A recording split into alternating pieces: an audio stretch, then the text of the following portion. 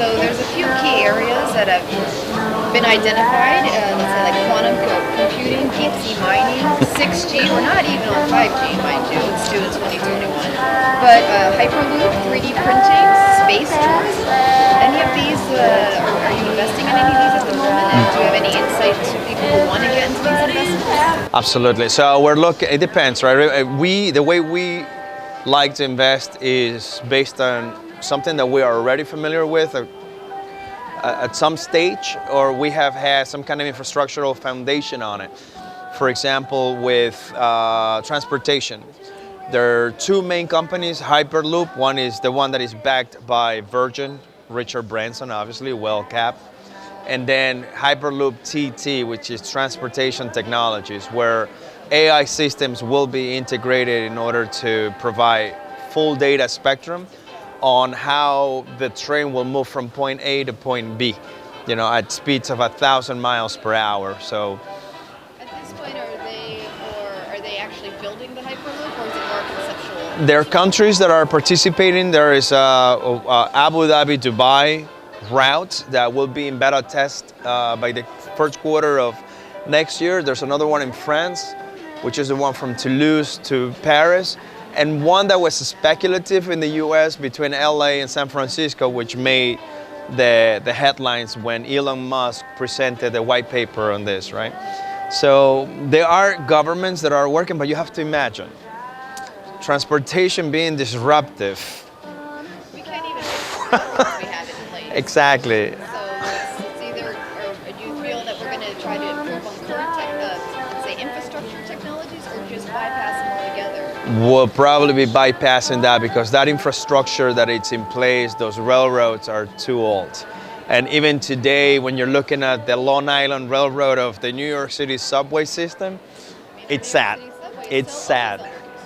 It is, exactly, it's very sad. Or you hear derails happening in the Long Island Railroad, New Jersey Transit, which happens every year.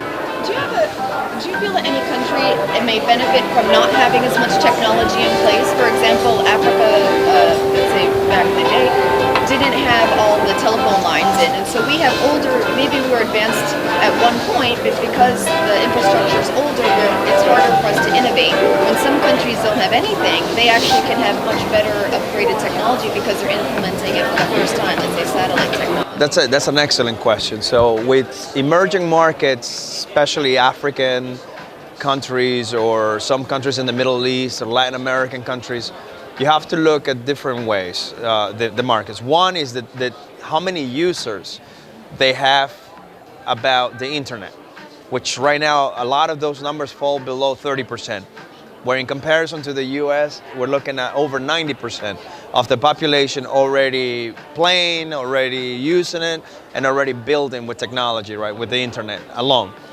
So when you are disrupting technology in emerging markets, the margins they're better, they're huge. The prospects for those countries, are immense. I think in greater quantities that you would have here in the US. Less competition as well, because... So do you think the US would be a laggard in implementing these just because of politics, or even just how we're wired? You had to go to politics, huh? Well, the political... But you're absolutely right, because there is a participation between the private and the public sector that must be discussed. And if the public sector or whatever current administration in any of these countries is not up to the task or understanding how technology is needed, it can cause a lagging period. And that's typically the issue that you have in technology when scaling it up or trying to introduce it to the community properly. Okay, I'm going to transition to, there's some here future technologies which we can see as maybe productive to humankind, and then there's some others that I have a little pause with. So let's talk about Big Brother technology. So if we're all, let's just say, the recipient of Big Brother technology, why do you think there's going to be a push to be monitored when we ourselves don't want to be monitored in that way?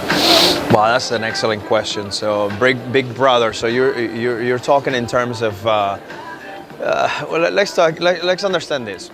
If you can examine or analyze a behavior pattern that could potentially trigger anything harmful to the community, and you have this system, this is extremely beneficial. Take, for example, the mass shootings that are taking place in the United States.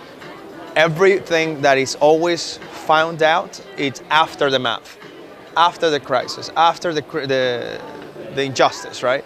So what if you have a system that can premeditatedly tell you there's a potential issue here, maybe we can address this gentleman or woman, whoever the case may be, with the right help, right? Because the help is there when you are depressed, the help is there when you're having psychological issues in the United States. Well, that's the positive. For every positive, there's a contra, there's a negative. Absolutely. So that would be the positive effect. The negative is